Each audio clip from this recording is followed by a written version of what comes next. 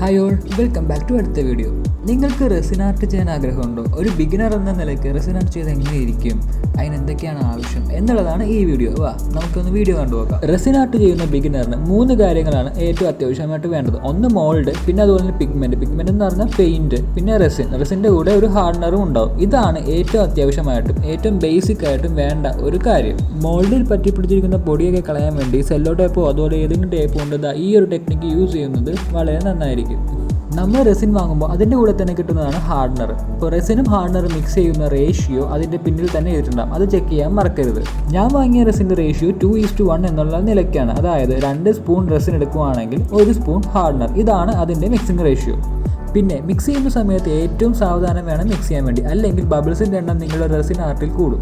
Mix ചെയ്ത് വെച്ചിരിക്കുന്ന റെസിനിലോട്ടാണ് നമ്മൾ ഈ ഒരു പിഗ്മെൻറ്റും കൂടി മിക്സ് ചെയ്യാൻ പോകുന്നത്. 1-2 ഡ്രോപ്പ് തന്നെ മതിയാവും ഈ ഒരു വലിയ മോൾഡ് ഫില്ല് ചെയ്യാൻ വേണ്ടി. പിഗ്മെൻറ്റും കൂടി നല്ല രീതിക്ക് മിക്സ് ചെയ്തതിന് ശേഷം മോൾഡിലോട്ട് പയ്യെ ഒഴിച്ചു കൊടുക്കുക. അത്യാവശ്യം നല്ല രീതിക്ക് ബബിൾ വരികയാണെങ്കിൽ ബബിൾ റിമൂവർ സ്പ്രേ യൂസ് ചെയ്യുന്നത് നല്ലതായിരിക്കും.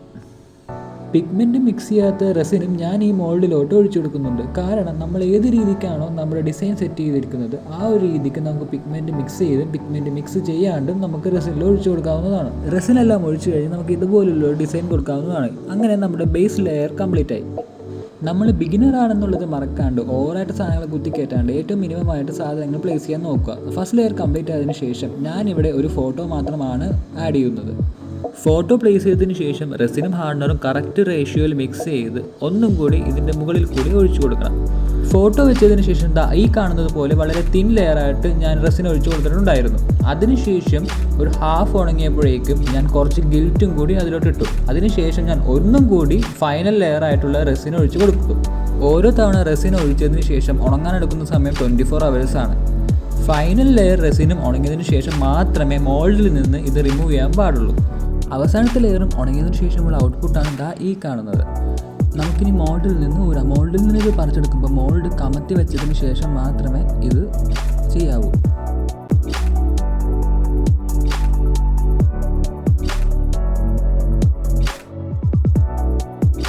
അങ്ങനെ മോൾഡ് റിമൂവ് ചെയ്ത് കഴിഞ്ഞ് ഇങ്ങനെയാണ് നമ്മുടെ ഐറ്റം കിട്ടിയിരിക്കുന്നത്. ഒരു ബിഗിനർ എന്ന നിലയ്ക്ക് ഏറ്റവും സിമ്പിളായിട്ടും വളരെ മിനിമമായിട്ടും ചെയ്യുന്നതായിരിക്കും നല്ലത്. ഒരു റെസിൻ ആർട്ട് ചെയ്യുമ്പോൾ തന്നെ നമുക്ക് അത്യാവശ്യം നല്ല കോൺഫിഡൻസും ഐഡിയാസും കിട്ടും. അപ്പോൾ നെക്സ്റ്റ് വീഡിയോയിൽ കാണുന്നവരെ ബൈ.